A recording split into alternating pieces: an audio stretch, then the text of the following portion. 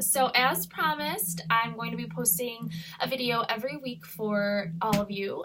This week, I'm actually going to be posting 2 videos. I have a few girls on our team that have really expressed interest in trying to hit diamond within the next few months. I know we've had some that say they want to hit it in June and July, and a couple others saying that they want to hit it in October and November, and I think what I wanted to really do for my team and for all of you is to let you know how possible it is. I think when I heard the word diamond and I first signed up as a coach, I thought it was something that only the best of the best coaches could be, and that diamond was everything. Diamond was this huge word, and it scared the living daylights out of me.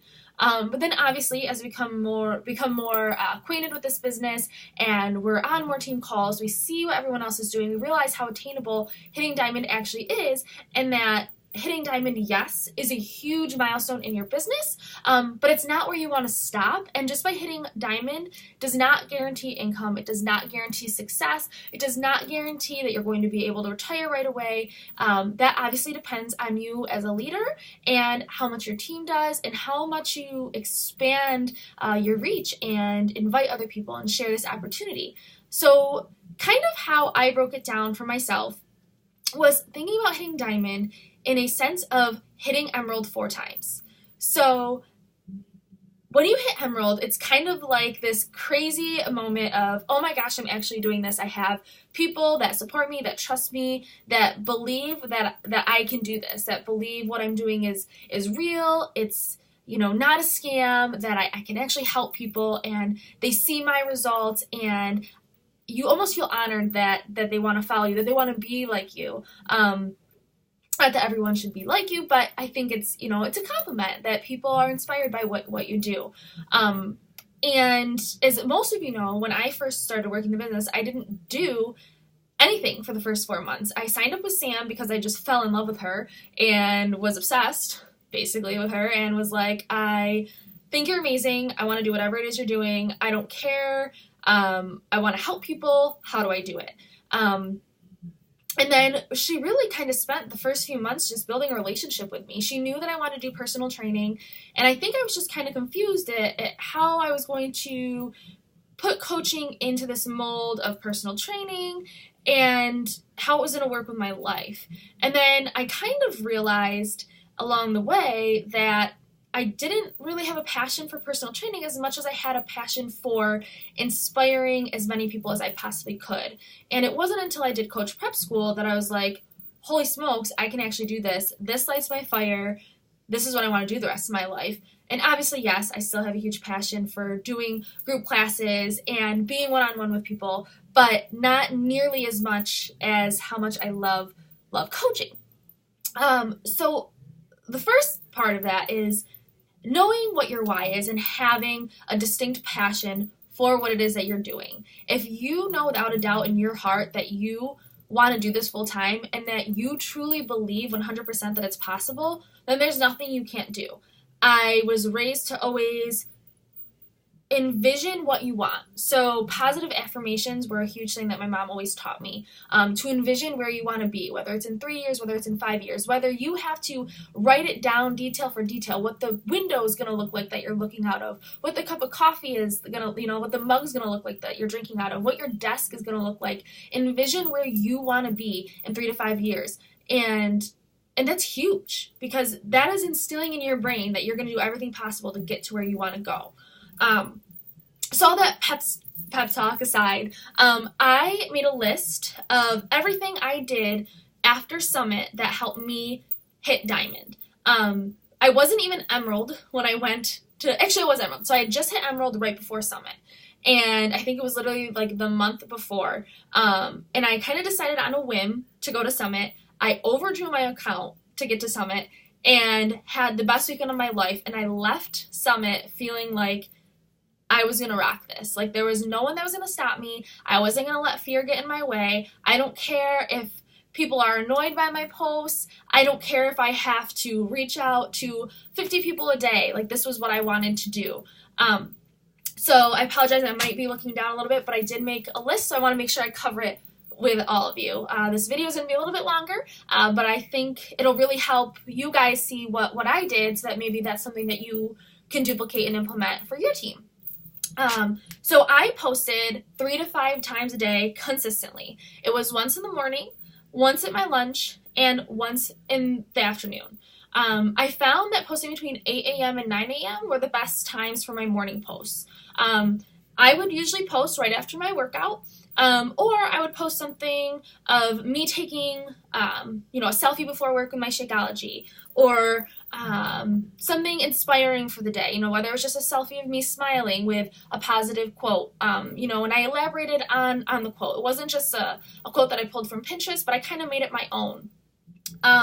At lunch, I would post something about what I was eating, or maybe how my day was going, or something funny, just to kind of add a bit of substance to someone's day, kind of make them laugh. And in the evening, I would really try to post things that I thought were going to be the most engaging based on what I saw other people posting. So whether it was something about my workout, or maybe how something negative in my day, I was able to turn it into a positive. And really, I always find that my posts on Facebook, I always try to link them with a photo. It doesn't mean you always have to post a photo, but I found for myself that worked better. And what I kind of would start to do was not only tag myself in the pictures eventually, but I would tag Mike. So I would first post the picture. A couple hours later, I would tag myself and I would tag Mike.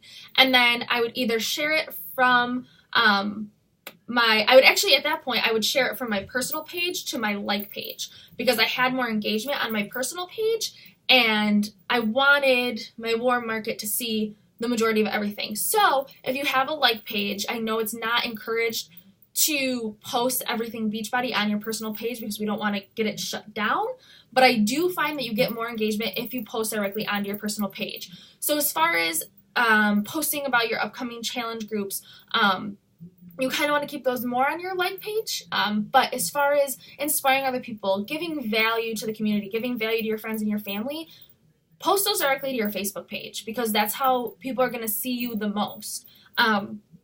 So that was kind of what I did there as far as posting. And with those posts that had the most engagement in the evening, I found that a lot of the posts that people loved the most were ones with my family. So pictures with Mike and the girls, pictures with the dogs. Obviously, we can't post every picture with animals, but giving some substance, like tonight I had dinner with my family, and we might not have been all eating the same thing, but when Mike had steak and corn, I had steak and brown rice instead. Just simple things, or something about how your family has grown together and learned to appreciate one another, and how your fitness correlates with that. People love that stuff. People love to see that your family is happy. Those, I always found my family posts had the most engagement. My faith posts. So whenever I would post biblical quotes, I kind of had to reel this back a little bit from my Instagram, I'm trying to kind of make my Instagram a little bit more streamlined as far as just crisp pictures of myself. But on Facebook, this is a 100% go. There are so many options where you can find quotes on Pinterest, and you could even make a little picture of your own with a quote in there. You can do it on, I use Rana, and I find quotes that I like, and I make my own little template, kind of make it my own. It makes it a little bit more fun for me. Or find clips on Pinterest. If you have a firm faith in God and you're religious or whatever you believe in, post that. And post why it's special to you. Post why how it's maybe impacted your day, how it made your day better, how it fueled you in your workout, how it's helped you stay on track with your nutrition or keep a positive mindset. I think that is something that is so valuable, because that's the whole reason why we became coaches, is to change people's lives. And I think the only way that's going to happen, really, it doesn't have anything to do with us. It has to do with God. He has a plan for all of us. And I think that sharing your faith is what's going to make people trust you the most. If they see that you have a firm faith, they are going to trust you, because I think that there's a firm moral standpoint in that. Or whatever it is that you believe in. But to see that someone takes a stand in something that is that is so meaningful to them, that's huge to people, and that's what builds trust. Okay, here's one that I really had to work on. Sam used to have to tell me this all the time. Try to avoid putting words on your pictures for Instagram. Don't do collages. If you're gonna do a picture that's like, let's say you take a selfie and you don't take it in square mode, and you want to make it square so if it's on Instagram, absolutely use the Mirrorpic app, but avoid doing collages where you have 6 different images in one picture. Divide up your content, because not only does it look crisper, but then you have more content to share throughout the rest of the week. So you don't have to share it all at once, and it looks more appealing to your followers. It looks more professional. On Facebook, this is totally fine to do collages, to do pictures with words. So what I would do is I would take my picture, I would put it in square mode however I wanted it. If I had to do a Mirrorpic to make both pictures fit, I would. And then I would put it in square mode, and then I use the app PicTapGo. And I use PicTapGo, I use Crispity, and I use Lighten. Those are the 2 filters I use for my pictures.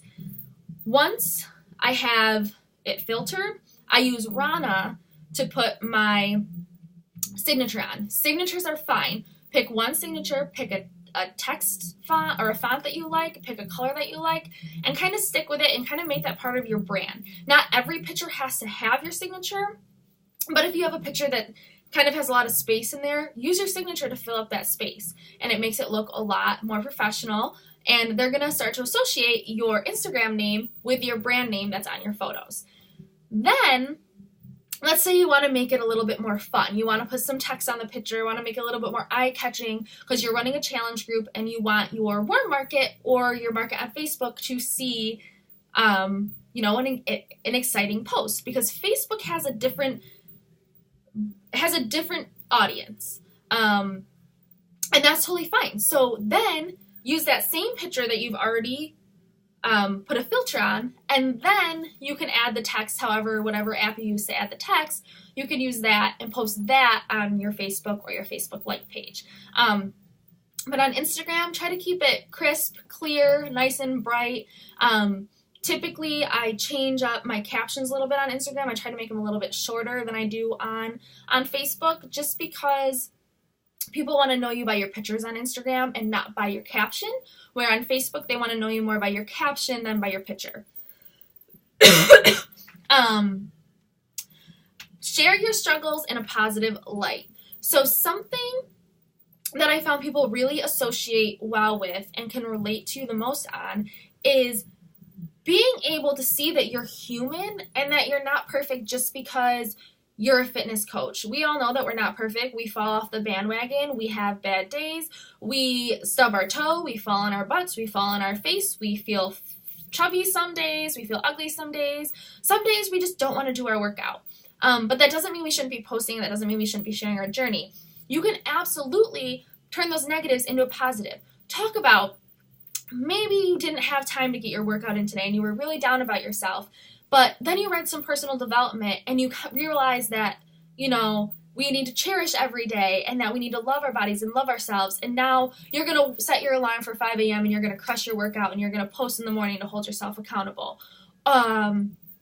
Maybe you had a bad day at work and then you got home and your significant other made you an amazing dinner and you got to spend some time with your family. Always try to put a positive spin on something negative. I truly believe that once you decide to make this your business, your Facebook is no longer your means to get out all your negative emotions to society. You have to start to use Facebook as your business, as your office. That's really what it is. And that's how we want to run our business. And we want people to associate our Facebook, our face, with positivity. I don't know about you, but I've seen some people that have businesses that are, they own their own businesses. I have this one girl that I always think of in particular. She has a photography business. And no, Erin, it's not you. But I won't ever use her again because I knew her, but and I liked her until I kind of started to follow her on Facebook, and I realized that everything she was posting was negative. And I'm like, I truly believe that you put what you feel into your work. And if that's how you feel every day, what's your work going to be like? So just think about that. Think about how people perceive you as an entity, not as just yourself, but as a business. So always share your struggles in a positive light. And I've never really seen any of you post anything negative, but that's just something that I really had to kind of learn to do, because I think it's so easy to kind of get sucked into the negativity on social media. 10 people every day minimum. All right. So for those of you that are just starting out with the business, I'm going to say this because this is something I learned this weekend at Super Saturday, and I think it's totally useful, and I think it's something that it really needs to be said. If you're not sure that you want to do this business, I want you to commit right now to doing the vital behaviors every day for 365 days. That's 3 invites a day, drinking your Shakeology, personal development, and a workout. And do that 365 days out of the year. And if you don't move your business forward in a year, then maybe it's not for you. But I guarantee if you do those things every single day for 365 days a year, you will move your business forward. That is not to say you're going to move your business as forward as quickly as you'd like it. I don't stop at 3 invites just because a piece of paper tells me to stop at 3 invites. When I was trying to push for Diamond, it was 10 invites to 10 new people a day, bare minimum. On my lunch breaks, on my lunch break, on my 2 breaks at work, I was scrolling through my Facebook messages, seeing who I've talked to in the past, who I've talked to that I went to college with, who I went to high school with, scrolling through my Facebook to see who's made a post about fitness lately, who might be interested in a challenge group, who's been struggling with something that I can just reach out to. And I would message at least 10 people every single day. Now, if it was nearing the end of the month and I knew that I had to hit Success Club 5, it was balls to the wall, message as many people as I could until my fingers couldn't type anymore and until my brain couldn't keep up with the conversations that started happening. You might reach out to 50 people and you might only get 5 conversations out of that. But sometimes you'll reach out to 10 and 7 people will respond. So it's all really how you feel, but don't define what your business is going to be off of a piece of paper. Just because it tells you to reach out to 3 people a day doesn't mean that you should only be reaching out to 3 people a day. You should be reaching out to as many people a day as possible that you can handle. I think if you truly want to do this, it kind of comes down to an all or nothing kind of mentality. Not saying that you need to invest all of your time, but when you have that hour time frame in your day, whether it's your lunch or your break or waking up an hour earlier, like that should be your time to just crank. Like crank as much out as you can in that hour, or crank as much out as you can in those periods of time that you possibly can. Because that's how you're going to move your business forward, is by stepping out of your comfort zone and out of that box. Follow up at least 3 times a week with challengers that are outside of your group. So you'll run challenge groups and you're going to find that there are people who really don't want to engage that much in the challenge group. So make sure that you're reaching out to one or 3 or 5, however many people it is a week, at least 3 times a week. Just want to check in, make sure they're doing okay, make sure that, the program is working for them, that they're liking their Shakeology. Maybe they haven't found a recipe that they like. Maybe you have some prospects that, you really have kind of let fall off your radar. Message them, scroll through your feeds and message them. Say, hey, I know I haven't talked to you in a while. How are you? Simple as that. It doesn't need to be, I want to invite you to my challenge group, but it can just be a, how are you? And you'll find that if you've been consistent with your posting, they might even bring up your challenge group to you. And follow up with your no's every single month. I know I've told you guys this before, but a no is not a no until someone tells you, you're effing crazy, I'm gonna call the cops if you don't leave me alone. A no is never a no until someone says that. It's always a next time or not now. So every single month, follow up with your no's. And fake it until you make it. All right. So we are definitely not elite Beachbody coaches right now. But people outside of this business, they don't know that. I didn't know what emerald coach was, what a diamond coach was, what an elite top coach was before I was a Beachbody coach. I just knew that I wanted to help people and that I wanted to reach as many people as I could. So take what your expectations of this business are out of your mind. Whether you have to fake it. I have so many people messaging me about my meal planners, so many people messaging me about what program I've been doing, or I only have one spot left in my challenge group. You might have no one in your challenge group, but they don't have to know that. So fake it till you make it. It's not necessarily, it's not lying, but it's letting people know that, hey, what I'm doing is important to your health. And it's important to who you are as a person, and it's important to get started as soon as you can. And it's all about really being confident in who you are as a coach. Whether you only have one person that signs up and is in your challenge group, that's one person's life that you've changed. Like, that's pretty cool. To say, like, you've changed one person's life in 30 days, like, that's pretty awesome. And then to look back on it, and when you hit Success Club 5, to realize that you've changed 3 people's lives in a month, like, whoa, crazy. So fake it till you make it. No one out there needs to know what we do in here until they're in a challenge group or until they're a coach. And I think I touched on all those points that I really wanted. So that's really kind of what I had to embrace for the 3, almost 4 months that I was really pushing towards hitting diamond.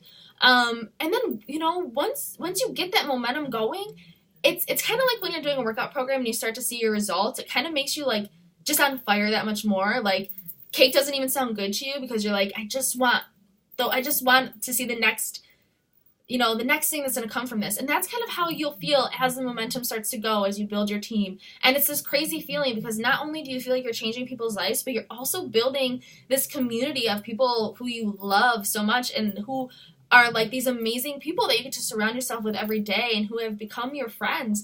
So it's really something that I don't really think you can put it into words, but if you feel in your heart that you can do this, there should be nothing that's stopping you. It needs to just be balls to wall, like, let's do this. I'm ready to change as many lives as possible. Like, just go to the grind. I totally took the Amy Rada approach after I listened to her call, and I'm going to actually do a training on Instagram for you guys too, and how I reach out to people on Instagram. But it was every single person that liked my photo after I listened to Amy Rada's call. If they weren't already a coach, or as long as I thought that they lived in the United States, they were getting a message from me. And it was hey, I'd stalk their page. Hey, I love your page. Something about themselves that I thought was interesting. And how are you? And I couldn't put a number on how many people I reached out to. It just, they like your photo, you feel like you can connect to them, reach out to them. Like, what's the most you're going to lose? Someone's not going to respond to you, someone's going to say no, someone's going to tell you you're crazy. They were a stranger to begin with. So I say you want to always take the risk to be a blessing in someone's life. Because had I not taken the risk for you guys to be in my life, we would never have this team, which I think is freaking amazing, and I'm obsessed with all of you, and I love all of you guys. So I know this training was really long, but I really wanted to implement something I think would help you and that you can take a lot of notes on. If you have any other questions, please post them in the comment section below, and I will answer them for you. I hope you guys have a wonderful day. Love you!